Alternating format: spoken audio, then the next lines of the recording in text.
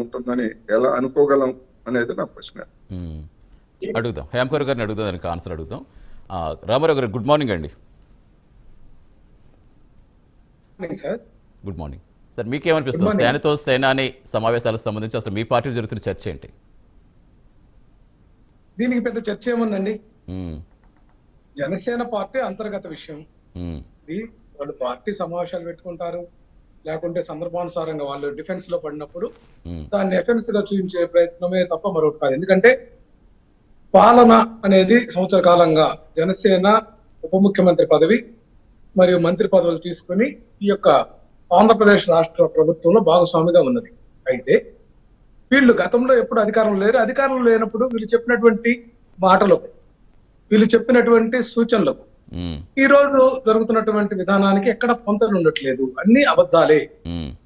ఏదైతే మోసపూరితమైనటువంటి విధానాలు ఏవైతే ఉన్నాయో, చంద్రబాబు నాయుడు గతంలో చేసినటువంటి హామీలు ఏవి నెరవేర్చకుండా ఆయన ఎప్పటికప్పుడు స్కిప్ చేసుకుంటూ పోయేటటువంటి విధానాన్ని వీరు కూడా సమర్థిస్తున్నారా అనే పరిస్థితి ఇక్కడ కనిపిస్తుందని స్పష్టంగా.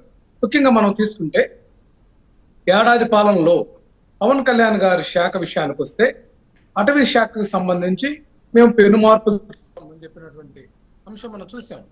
కానీ పెను మార్పులు ఇక్కడ విషయంలో చాలా ఇబ్బందికరమైనటువంటి అంశం. ఎందుకంటే అటవీ శాఖకు సంబంధించినటువంటి వాహనాలను హైదరాబాద్ లో వాళ్ళ అధికారుల యొక్క, అటవీ శాఖ అధికారుల యొక్క కుటుంబ సభ్యులు విలువైనటువంటి వాహనాలు సీజ్ చేసిన వాహనాలు తిరుగుతున్నారు అనేది మనకి మీడియా ముఖంగా కూడా తెలిసింది. ఇది ఒక అసమర్థమైనటువంటి అంశం. అట్లాగే అటవీ శాఖ పరిధిలోనే జరిగినటువంటి ఒక అంశం ఏంటంటే, ఈయన సనాతని ఏదైతే పూర్వ ధర్మాన్ని నేను పాటిస్తానన్నటువంటి వ్యక్తి కాశీనాయన సత్రాలకు సంబంధించినటువంటి కోల్చడంలో ఈయన నోరు మీద పడినటువంటి అంశం కూడా ఒక అనుమానాస్పదంగా తయారైందండి. ఎందుకంటే ఒక ఎమ్మెల్యే పైన జనసేన ఇన్ఛార్జ్ పైన యాక్షన్ తీసుకున్న సందర్భం కూడా కనిపిస్తోంది కదా. ఇప్పుడు వాళ్ళే తప్పు చేసింది ఎవరైనా సరే ఇమీడియట్ గా యాక్షన్ తీసుకున్నది కనిపిస్తోందా మీకు? అంటే జనరల్ గా అనిపిస్తుంది. సతీష్ గారు, నేనేమన్నానంటే కొన్ని అంశాల్లో ఆయన స్పందించినటువంటి తీరు మనం చూసాం. కానీ ఇక్కడ ఒకటి, నేను కుటుంబ పాలనకు వ్యతిరేకమైనటువంటి వ్యక్తి ఈ రోజు తన సొంత బ్రదరు ఏదైతే అన్న నాగబాబుని మంత్రివర్గంలోకి తీసుకురావడానికి ఎమ్మెల్సీని చేసి తీసుకొస్తున్నటువంటి పరిస్థితి. సాక్షాత్తు ఒక ముఖ్యమంత్రిగా ఉన్నటువంటి చంద్రబాబు నాయుడు గారు తన లెటర్ హెడ్ మీద నాగబాబుకి మంత్రి పదవి ఇస్తున్నట్లుగా అది పబ్లిక్ అయింది కదండి, అది ప్రజల్లోకి వదిలేరు కదా. అంటే దీని అర్థం ఏంటి? ఒకవైపున నువ్వు కొనసాగుతున్నటువంటి కూటమి ప్రభుత్వంలో చంద్రబాబు నాయుడు గారు ముఖ్యమంత్రిగా ఉండగా తన కుమారుడు లోకేష్ ని మరలా మంత్రి పదవిలో కొనసాగిస్తుంటే ఇది కుటుంబ పాలన కాదా? అట్లాగే మీ సొంత బ్రదర్, మీ ఇంట్లో వ్యక్తి ఈ రోజు మంత్రి పదవి కోసం రామారావు గారు ఫ్రీజ్ అవుతున్నట్టుంది. రామారావు గారు, అంటే మీరు చెప్పినట్టుగా ఇప్పుడు at the same time elections అప్పుడు కూడా అదే ఎన్నికలప్పుడు సీట్లు ఇస్తున్నప్పుడు కూడా మరి కాదని ఇచ్చారు కదా. కాదని ఇప్పుడు నాగబాబు గారిని కాదని వేరే వాళ్ళకి ఇచ్చిన సందర్భం కూడా చూసాం కదా.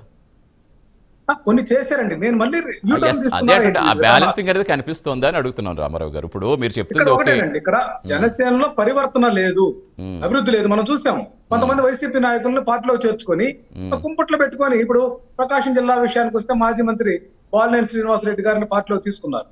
కానీ ఇక్కడ ఆ ముందున్నటువంటి జనసేన అధ్యక్షుడిగా పనిచేసినటువంటి రియాజ్ అనేటువంటి వ్యక్తి వర్గానికి ఆయన దామచర్ల జనార్దన్ స్థానిక తెలుగుదేశం పార్టీ ఎమ్మెల్యేతో అనుసంధానం కొనసాగుతుంటే, ఇక్కడ బాలినేని శ్రీనివాసరెడ్డి మరొక వర్గంగా ఇక్కడ ఆధిపత్య పౌరు ఫ్లెక్సీలు చించుకునే కాడి నుంచి, ఫ్లెక్సీలో ఫోటోలు వేసుకునే కాడి నుంచి వివాదాలు నడుస్తా ఉన్నటువంటి పరిస్థితి. అట్లా చాలా జిల్లాల్లో జనసేనలో కుమ్ములాట్లు మొదలయ్యాయి. జనసేన అసలు కాపులకు బ్యాక్గ్రౌండ్ ఉండేటువంటి పార్టీ. కాపుల ఆకాంక్ష ఏంటంటే ఖచ్చితంగా ఈ రాష్ట్ర ముఖ్యమంత్రి పదవి కాపు కులస్తుడు అధిరోహించాలని వాళ్ళ ఇంటెన్షన్, వాళ్ళ యొక్క మూల విధానము, వాళ్ళ యొక్క మూల ప్రధానమైనటువంటి కోరిక. కానీ దాన్ని కాదని చంద్రబాబు నాయుడు గారు 10 సంవత్సరాలు ముఖ్యమంత్రిగా ఉంటారు, 15 సంవత్సరాలు ముఖ్యమంత్రిగా ఉంటారు అనేటువంటి వ్యాఖ్యలు అసలు ఏ విధమైనటువంటి వ్యాఖ్యలు? ఆయన యొక్క వయసు ఎంత? 15 సంవత్సరాలకు ఆయన వయసు ఎంత ఉంటుంది? ఆరోగ్య రీత్యా ఉండొచ్చాము, కానీ ఆయన యొక్క వయసు రీత్యా సహకరించుద్దా? నువ్వు చేసేటటువంటి ప్రకటనలో ఎక్కడన్నా పరివర్తన ఉందా? ఎక్కడైనా సరే కాదు కాదు ఒక కాదు సరే ప్రత్యేకంగా- వాళ్ళ వ్యాఖ్యల గురించి కాదు. ఇప్పుడు సరైన అట్ ద విధానం సేమ్ టైం లేదండి. వైసీపీలో కూడా ఇది 35 ఏళ్ల పాటు ఇది అసంబద్ధమైన జగనే సీఎం ప్రకటన ఉంటారని నేను మీరు చెప్తా. చెప్పిన వ్యాఖ్యలు కూడా ఉంటాయి. అంటే ఇప్పుడు అవి బ్యాలెన్సింగ్ కాదు. మీకు నిజంగా ఇక్కడ ఆ గ్యాప్ అనేది ఇప్పుడు ఇందాక నేను చెప్పినట్టుగా ఒక పార్టీ రాష్ట్ర అధికారంలో ఉంటే ఇప్పుడు అంతర్గతంగా ఇప్పుడు మీరు గతంలో మీరు అధికారంలో ఉన్నారు. అప్పుడు మీ పార్టీలో కూడా ఎన్నో లుకులు కామన్గా వస్తూ ఉంటుంది. ఏ పార్టీ ఈ party YCP TDP Janasena BJP అని కాదు. ఏ పార్టీకైనా జనరల్గా అందరినీ సమన్వయపరచాలంటే క్షేత్రస్థాయి నుంచి అయ్యే పని కాదు. కానీ లేని గ్యాప్స్ని కూడా క్రియేట్ చేస్తున్నారు. వాటికి సమాధానంగా కూడా చెప్తాం. At the same time party బలోపేతమని వారు చెప్తున్నారు. ఇక్కడ ఎవరు క్రియేట్ చేయట్లేదండి. ఇక్కడ ఆడిపోసుకోవటం వీళ్ళ విధానం. అసలు వైఎస్ఆర్ కాంగ్రెస్ పార్టీ తరఫున పోటీ చేసినటువంటి వ్యక్తులు సాంప్లేని ఉదయ్ భాను ఇటువంటి వ్యక్తులందరినీ పార్టీలో చేర్చుకోవడం అనేది ఇది మంచి విషయం కాదు కదా. ఇక్కడ చేర్చుకుంటే మాకేం సంబంధం లే. మా పార్టీని మీరు బలహీనపరచాలనేటువంటి ఉత్సుకతోటి మీరు చేశారు. అది మీకే ఉరితాడుగా శాపంగా మారింది కదండి. నేనేమంటున్నానంటే పవన్ కళ్యాణ్ గారి మీద చంద్రబాబు నాయుడు గారి కంటే ప్రజల్లో ఏదో కొత్తగా వస్తున్నాడు ఈ కుర్రోడు, ఏదో చెప్తా ఉన్నాడు, చూద్దాం అనేటువంటి దాంతో కొంత ఏదైతే న్యూట్రల్ ఓటరు అటు మొగ్గినటువంటి మాట వాస్తవం. అయితే ఆయన దేని మీద కూడా సక్రమంగా నిలబడలేదు. మనం చూసుకుంటా ఉంటే విషయాలకు వస్తే చాలా అంశాల్లో ఆయన స్కిప్ చేశాడు. దేని మీద స్పందించలేనటువంటి పరిస్థితికి ఈ రోజు విషయం వచ్చేసింది కదండి. దేని మీద కూడా స్టాండర్డ్ గా మాట్లాడలా. ఏదైతే టెక్కీ ఒప్పందము మా నాయకుడు జగన్మోహన్ రెడ్డి గారు ₹2.49 యూనిట్ ధరను కొనుగోలు చేస్తే ఈ రోజు ఈ కూటమి ప్రభుత్వం ₹4.26 ఎంత కొనుగోలు చేస్తుంది. అంత ఎక్కువ కొనుగోలు చేసిన దాని మీద ఎక్కడా కూడా స్పందన లేదు. ఎక్కడా కూడా స్పందించినటువంటి దాఖలాలు లేవు. ఇట్లాంటి వ్యత్యాసాలు పాలనలో చాలా ఉన్నాయి.